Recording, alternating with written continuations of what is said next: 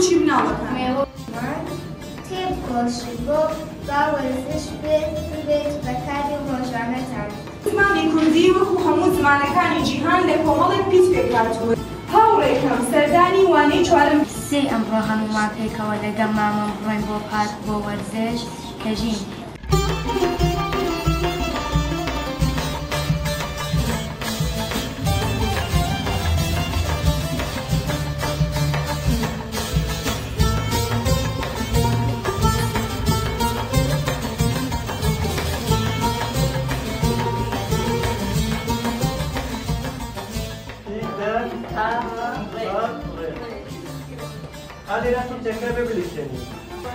شێرکۆ لە شێعرەکانیدا بە شێوەیەکی شاعیرانە بەردەوام باسی چەسانەوەی نیشتمانی ژن دەکات.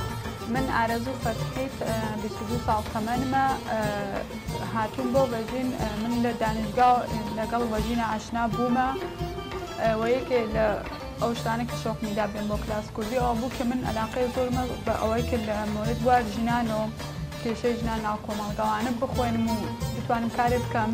بەڵام بەرەوە بیرم لەوە کردو کە ئەبێ بەر لە هەموو شتێ من گەرێکمە شتێک بنووسم یان شتێک بخوێنم ئەبێ زمانی دایکی خۆم بزانم.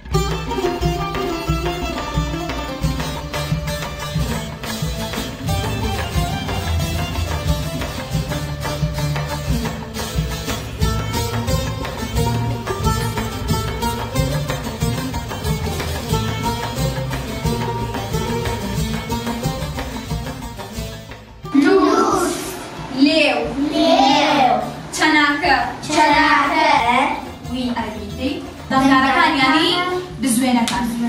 ئەم ڕۆ مەشا ئەم ڕۆ بەو شێوەیەکی ئەینووسی. ناو ئاوا تەمەن 9 ساڵە. ئێرەم پۆلی زمانی بەژینی کوردی. ئێرە زۆر خۆشە. من مامۆستاکەم زۆر خۆشەوە. ئێمە ناوانەکانمانە نووسین و خوێندنەوەمان فێر بووینە. لە ناوانی یەکەممانە قوتابخانە و هەزیشتە فێر بووینە. من زۆر حەز دەکەم زمانی دایکی خۆم فێر ببم.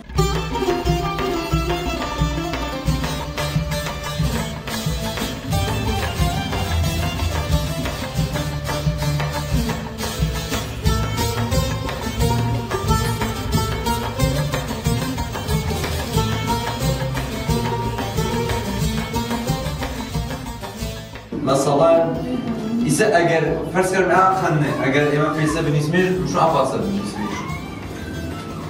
يعني مو حق ما تش مد را في مد تشام دنگاركش بزروكي أنا فيها دنگاري چن بدنگي چن دنگي ما سياحش داني سياحش داني من نامين بياننا ناس ناميش مغجبية خم ونشيدم إناني نامين بجيني خريكة نام دوان زمانی یازارەوە خۆرانی خەریکەنا دەرزمان فێرە بوونە. بەڕاستی کەسایەتی و هەر کەسی بین بە ئانەیەنەکی زمانی ئەڵایش بزانێ.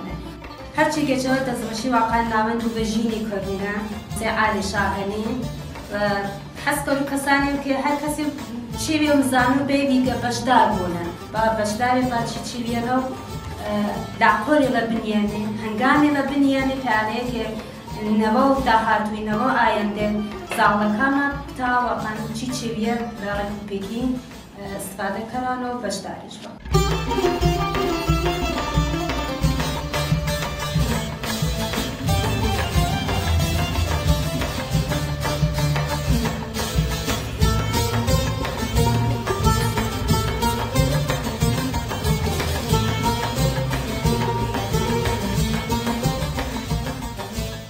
وەکو هەڵاڵە وەکو هەڵاڵە نووسە ئاوات مامۆستا سەید عەبدوڕەحیم مەولەوی کوڕی مەلاسەعی دواتر بۆ درێژەدان بە خوێندن ڕوو لە شارەکانی دیکەی کوردستان دەکات. ناوخوا من ژاڵی مراتپور لە محەلەی داسێران قەدیمە هاتوین بۆ زوان کوردی فێربین. تەشەکورەکەین لە پایگای بێزیستی کە زەحمەتیان کێشاوە تەک ئەنجومەنی وەژینە هاتوون ئێمە فێر زوانی کوردیکەن.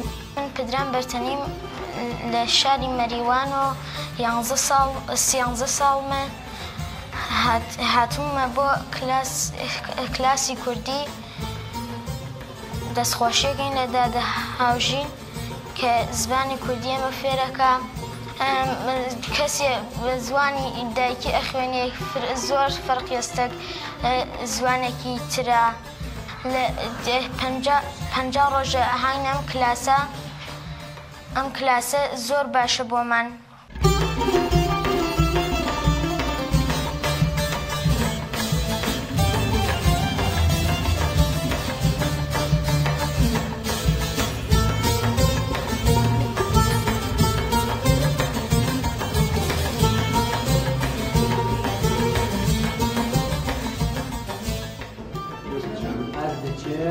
دمانها اردشون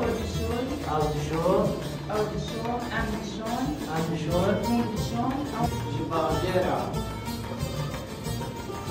مریوانه دماغا مدى هفت کەس هەنە دیا من باوێ من خویشکە من. سامان مستەفا زادەم ماوەی 2 ساڵە لە ناوەندی بەژیندا بەشداری دەکەم. ئەم هاوینە لە پۆلی کرمانجیدا بە تەدریسی کارمەندانی مەحمودنژاد بەشداریم هەبووە. کلاسەکان زۆر باش بوون تا ئێستا کەشەیەکمان نەبووە. پۆلی یەکە ئێمە شتایەکی زۆر فێر بووین فرەتری لەسەر قسەکردن ئێمە کارمانکرد ڕێزمان و ڕانووسین.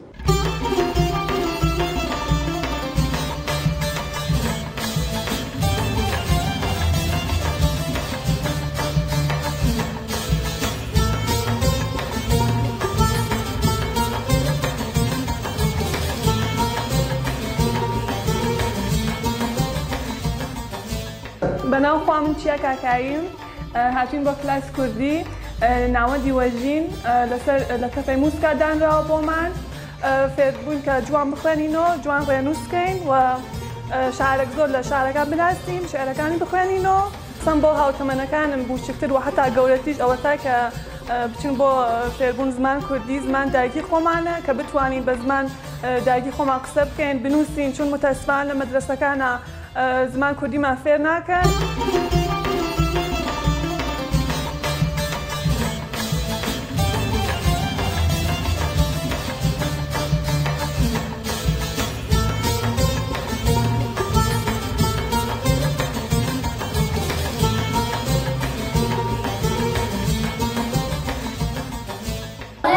التزامي ولا رزماني كردية فيش داناني إذا شيء ترمامو بتشو أمرية بلان ما شو أبغى هم أمري وهم شيء نريني